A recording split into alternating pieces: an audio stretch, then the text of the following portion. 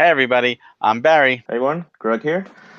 and we're here to talk to you about West of Loathing on the Nintendo Switch.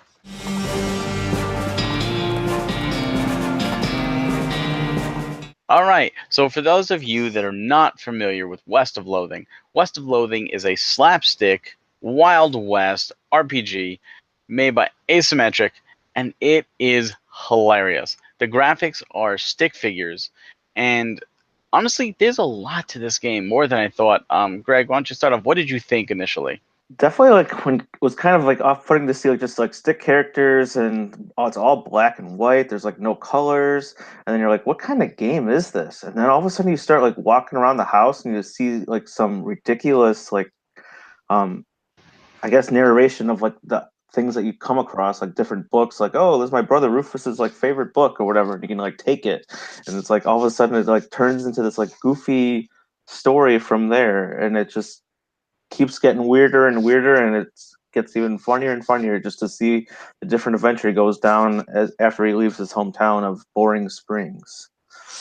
Yeah, if you like Dungeons and Dragons style elements, because that's what this RPG has. And there's a lot of different ways to play this game. This is not a one playthrough game. You could play through a second time and get a very, very different experience. A lot of the locations will be the same, but there's many different ways to tackle every single instance. For example, one of the early things is you have to sneak into this bandit camp, and the first bandit you come across is sleeping in a tub, and you have your choice. You could wake him up and barter with him, see what information you can get, or you could just drown him. So I chose to just drown him, and I got the ruthless skill. So now I was a little more ruthless and gave me different stats in battle as well as different conversation trees. But if you decide to, be nice to him and talk to him and take a different avenue, you could even get a bar of soap, which you can then That use later. that's the avenue that I took. It's the honorable route. You got the skill of being honorable, so you got to try to avoid some fights by just talking to the enemies that you come across, as opposed to just jumping in and fighting them. Yeah, so that's what's so great, and this is just one example, and this is still in the prologue and in the pretty much the tutorial. Throughout the whole game, there's a ton of these different instances where you can really do pretty much what you want, uh, and it's a lot of fun. One of the things you can do is take a partner with you. It's not just you alone. You do get a partner, and there's four. We found that there's four different partners. There's three that you basic get, and then a hidden partner. um, Greg, why don't you talk about the partner you took?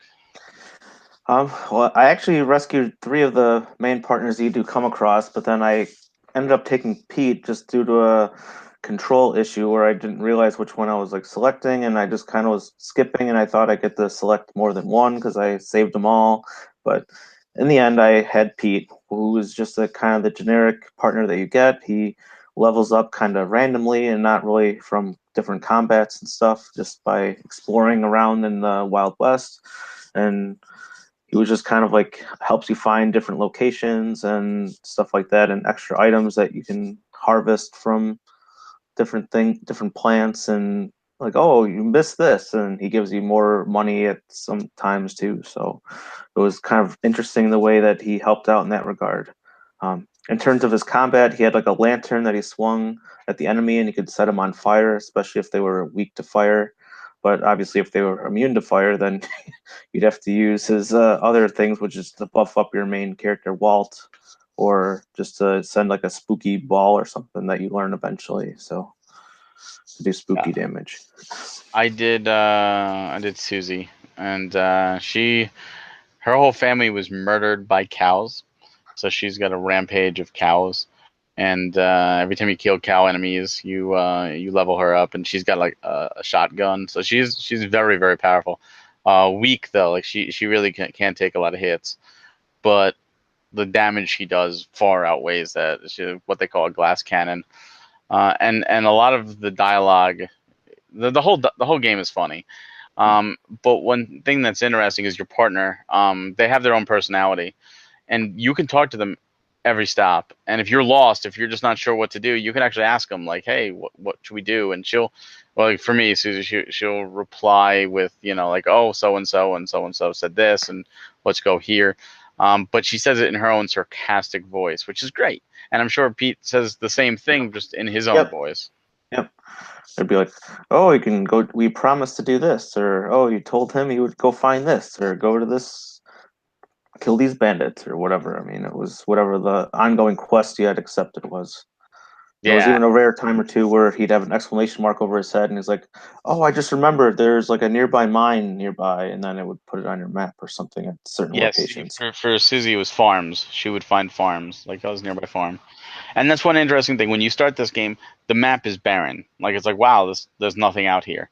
And as you go through and explore, even just by going to one destination, you might discover another destination. There's a ton to find.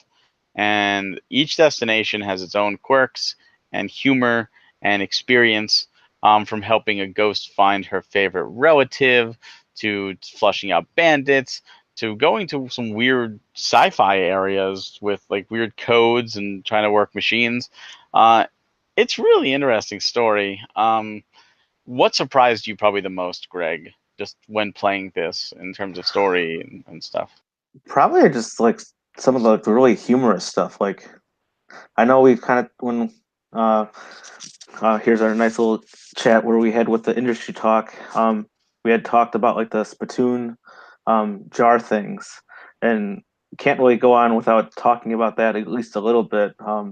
The writing behind it is super fantastic, and it's like, oh, are you sure you want to get in here? It's just full of spit, and like you're like, oh yes, and like, well, you're kind of a sick bastard kind of thing. Like, what are you doing? Like, are you really sure you want to do it? And then it like prompt you like 7 times, or like all these different ways of like, are you really really sure? Are you really sure? And then it's like, oh, you disgusting human being, you touch the bottom, and then like, oh, you found like a nasty pistol or something. And it's like, and it just an extra item for your quest, or you can sell it or whatever you wanted to do with it. But Now, did you go into every spittoon, like everyone you found? Did you just keep going, or did you I did, stop? yeah. And then it was the very last one. Even it's like, oh, this is the very final one in the game.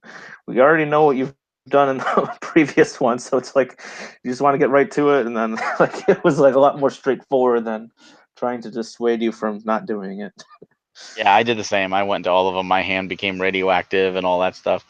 Um, it's interesting too because there's other elements, just like D&D, in the sense that like you find these books and there's these like dark arts books, and it's like you can choose to read them, and it's like, are you really sure you should read these? Like these are pretty bad stuff. And if you choose to read them, you gain new skills, but at the same time, like things start happening to you, like your hair goes white and you start balding and stuff like that, and that actually puts negative other skills.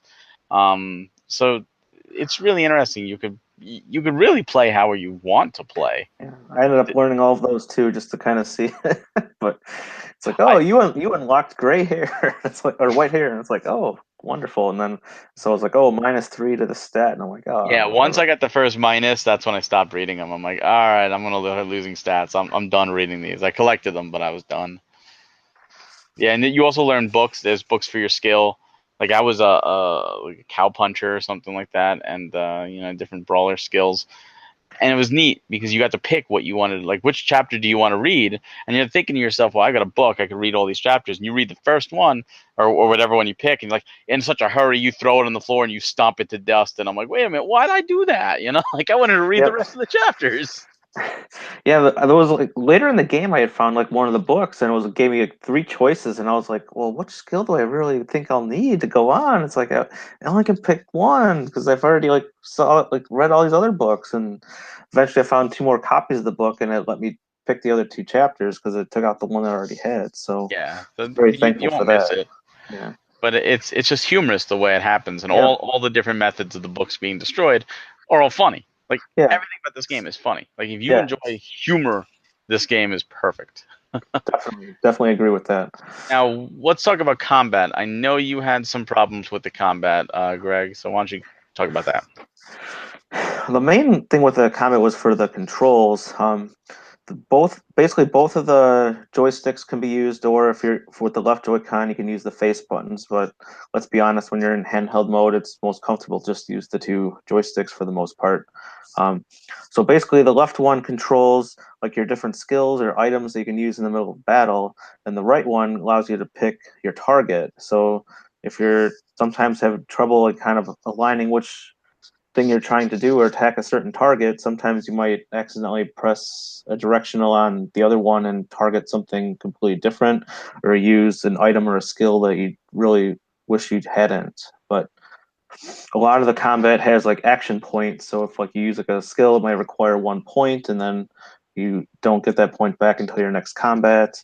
And in addition, there's certain enemies that might have a gun that can shoot your partner down in like a shot or two, or other ones that target you specifically with like a weakness that you have, like the like stench or heat or something like that, depending. So sometimes it was got kind of frustrating if I like accidentally was selected like a different option than I intended to, but it wasn't a major hurdle or prevented me from doing anything in the game because the best part about it is even if you do lose in combat, you'll just respawn right in the same location that you were previous and you can just try again. So, Yeah, one thing I found interesting, I don't know if it happened with you, but like with my character, when I lost a battle, I got angry. yep. And like every time you get angry, you get better stats. But on the fourth time of getting angry, you get so angry you pass out, and the next day happens, and you lose those angry stats. So it's kind of like living on the edge kind of deal. So you do actually go back. Like if you get so angry and you die, you have to start over back at the last inn or last place you saved at. But you don't lose your progress, but you have to then get back to whatever battle you lost. So there's like a nice balance. Like you could be like, well, I want all my chances and be a little weaker, or I'm living on the edge and I'm so much stronger, and I just hope I don't come across something that's going to kick my butt. Yeah, I actually did remember I did die a fourth time. And I'm like, why did I go all the way back to the inn? I was like all the way over at this location. And just said like, oh, just whatever, grab the Yeah, horse and you're back on your way. yeah, it's not that much like a like oh my god I'm going all back. It's very easy to get back. The locations are relatively small, and you can just instantly click to go back to a location. Yeah, most of them are just a couple of screens at most. So Yeah, it's no big deal. But there's some puzzles, some fun little puzzles, minecart puzzles to push around, and you need certain items, much like D&D. You need a stick of dynamite, get the plunger, get back away, hit the plunger, and little things like that. Um, there's a lot to this though. Like you really have to search every nook and cranny, and there's a certain village, that is nothing but troll. The whole entire village is a troll village. I don't want to spoil it, but that's what this game will do. This game is not afraid to troll you, and it's funny when it does it. Unless you yeah, get really upset, in which case you don't even have to go to that village if you don't want to, which is a good thing. yeah. And you don't have to do every quest. It's obviously recommended to try to do as many as possible. And if you're enjoying the game, and it's like sure, why not just help out everyone that you can? So that's the beauty of it. Not nothing is there's only a certain stuff that's required, and a lot of it you can get by without even having to find it or even do anything with it. So, Absolutely, but I will say absolutely. it's very worth the experience of going through each and every location, solving all the puzzles, getting all the items. So that was a very fun part overall. Yeah, and just there is DLC coming for this game. We have not played it because it doesn't come out yet, but it's one of those games where I'm probably gonna pick up this DLC, because this is just I want more of this experience. It's that funny and that good. Greg, what about you? I definitely agree. After speaking to them again on how much it was going to cost, it seems like perfect to pick up and add on to the story and continue on. It very well written, and definitely looking forward to being able to see what else they can add into the game. Yeah, it's the whole game is a joy. Like the whole time I was smiling, the entire playthrough. And it took me a little while. I'm gonna say it was maybe a good 6 hours or so, 6 to 8 hours. I did spend some extra time grinding when I didn't have to because there's no meter for your partner's level. So I kept trying to level her up, and I couldn't anymore, and I had no idea that she was at max level. But other than that, it's a good chunk of gameplay, especially for $11. It's $11. Yep. I mean, Yeah, that's a steal. tons of content to do, tons of village locations, lots of random things to find. You'll definitely get your money's worth, I think. Oh, hands down. And this is most likely going to go live beforehand. But if you are interested in this game, we do have an industry talk coming up. We did talk with the developers behind this game, and it was a very interesting and insightful interview. They were wonderful, wonderful people, very humorous, and please, stay tuned to NintendoFuse.com for that and check that out because this game and this company deserves your attention. It is a lot of fun. It is hilarious. And it's deep. It's a very deep experience, more so than you might expect it. Greg, any final thoughts on this title? Definitely recommend everyone pick it up. It's very fun, very simplistic. It's not overly difficult or complex or anything like that, and it just enjoying laughing and smiling all the way through as you do really silly things and everything like that. I mean, I can't stress that enough. The game is just was so much fun to play, and I really am contemplating doing a second playthrough with a second character and different class and stuff.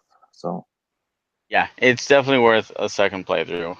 There's just so much to this game, uh, and there's so many different ways you can play different playthroughs, different styles. It's not like just replaying the same game over again.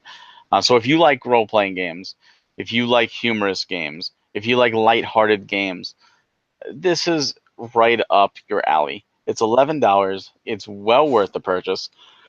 And like I said, there's more content coming. It's available now. And if you're interested in more from them, like I said, we do have an industry talk coming. If you're interested in other Nintendo news, please go to nintendofuse.com and check out our YouTube page. Subscribe there. We have more game chats just like this. We've got more industry talks just like the one from West of Loathing's developers. We got our podcast, and we've got a bunch of other great content. Thank you so much for watching. Greg, thank you for joining me today. thanks for having me. It was awesome. And until next time, guys, take care. See you guys.